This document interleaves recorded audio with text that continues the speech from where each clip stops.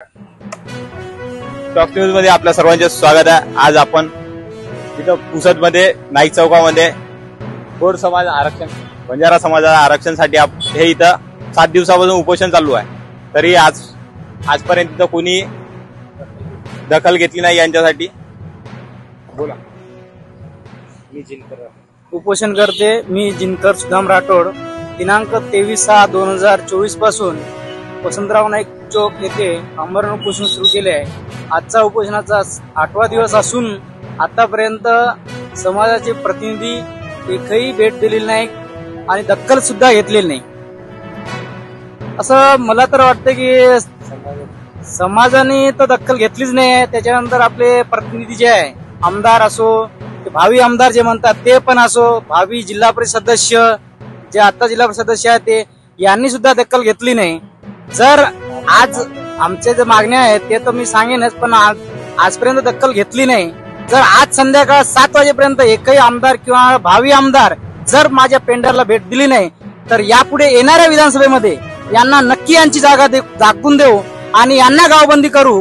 हे माझं सर्व बंजारा समाजातील सर्व जनतेला आणि तांड्यातील लोकांना विनंती आहे आणि आव्हान आहे की यानंतर येणाऱ्या विधानसभेत यांना यांची जागा दाखवून देऊ। माझ्या मागण्या काही स्वतःसाठी नाही आहे किंवा स्वार्थासाठी नाही आहे। माझ्या मागण्या आहे बंजारा समाजाच्या पूर्ण समाजाला आरक्षण, म्हणजे 1950 ते 1960 पर्यंत बंजारा समाज हा एसटी आरक्षण मध्ये होता। त्यानंतरच्या काळामध्ये मध्य प्रदेशमधून महाराष्ट्र हा वेगळा झाला, त्याच्यानंतर विमुक्त जातीमध्ये टाकण्यात आले आहे। जे आमचं 1950 ते 1960 पर्यंत जे आरक्षण आहे ते आम्हाला पूर्ववत करण्यात यावे। नॉन क्रिमिनलची अट ही एवढी जाचक आहे, ही अट रद्द करण्यात यावी।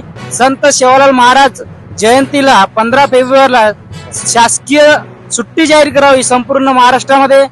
जे गोर सेनेच्या वतीने संपूर्ण महाराष्ट्रामध्ये रास्ता रोको आंदोलन करण्यात आले होते तेव्हा त्यांच्यावर जे गुन्हे दाखल करण्यात आले आहेत ते गोर बोली भाषेला राजभाषेचा दर्जा देण्यात यावा, या मागण्या माझ्या ज्या आहे ते रास्त आहे आणि बंजारा समाजाला हे अति महत्वाचे आहे।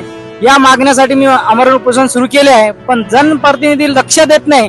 आज संध्याकाळपर्यंत यांना माझा अल्टिमेटम आहे, आज संध्याकाळपर्यंत जर कोणी आमदार आले नाही किंवा भावी आमदार आले नाही यांची जागा नक्की दाखवून देऊ विधानसभेमध्ये। यांना यांची जागा दाखवून द्यायची ही माझी बंजारा समाजाला कळकळीची विनंती आहे।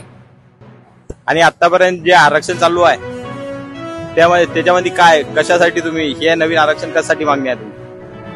आमचं नवीन आरक्षण आहे। आम्ही पहिले 1950 ते 1960 मध्ये ऑलरेडी एसटी आरक्षण मध्ये होतो, त्याच्यामुळे आम्हाला नवीन मागणी नाही आहे, ही जुनीच मागणी आहे आणि आम्ही पहिले एसटी मध्ये होतो म्हणून आमची एक नवीन मागणी नाही आहे, नवीन आरक्षण नाही आहे आम्हाला।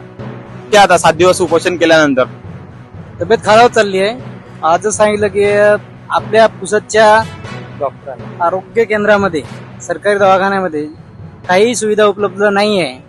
त्यांनी सरळ सरळ लिहून दिलं की रेफर करा यवतमाळला। म्हणजे कोणत्या प्रकारच्या सुविधा उपलब्ध नाही?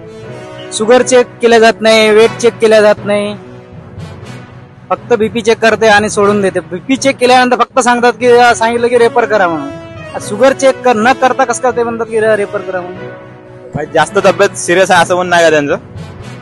कोणत्या बेसवर? काही चेक न करता कोणत्या बेसवर म्हणतात की रेफर करा म्हणून? म्हणजे याच्यात सरकारी दवाखान्याचा घोटाळा चालू आहे, डिसूळ कारभार आहे पूर्ण। कोणत्याही गोष्टीची सुविधा नाही आहे तिथं। उदाहरणार्थ बीपी, शुगर, ब्लड चेक करणं आणि मेडिकल हे आवश्यक आहे। कमीत कमी 8 दिवसापासून हा व्यक्ती आमचा जिनकर भाऊ राठोड इथं बसून आहे उपोषण करता।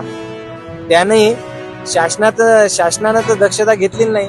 इथच्या वैद्यकीय अधिकारी येऊन इथं व्हिजिट पण दिली नाही। इथून मेडिकलला नेते आमचे पोलीस डिपार्टमेंटचे लोक आणि मेडिकल करून आणतात, पण काही फॉर्मॅलिटीज आहे ते फॉर्मॅलिटी पूर्ण नाही करत।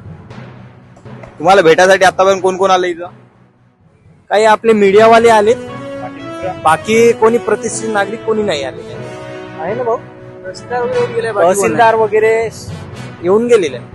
तहसीलदार आल्याच्या नंतर काय सांगून गेलं? तेवढंच मागे घ्या, आम्ही निवेदन पाठवलं आहे मुख्यमंत्र्यांना, मागे घ्या। काही असं ठोस आश्वासन दिलं नाही, लेखीमध्ये काही दिलेलं नाही। लेखीमध्ये लेखी पुरावा न देता आश्वासन देऊन फक्त आंदोलन मागे घ्याय सांगून गेले।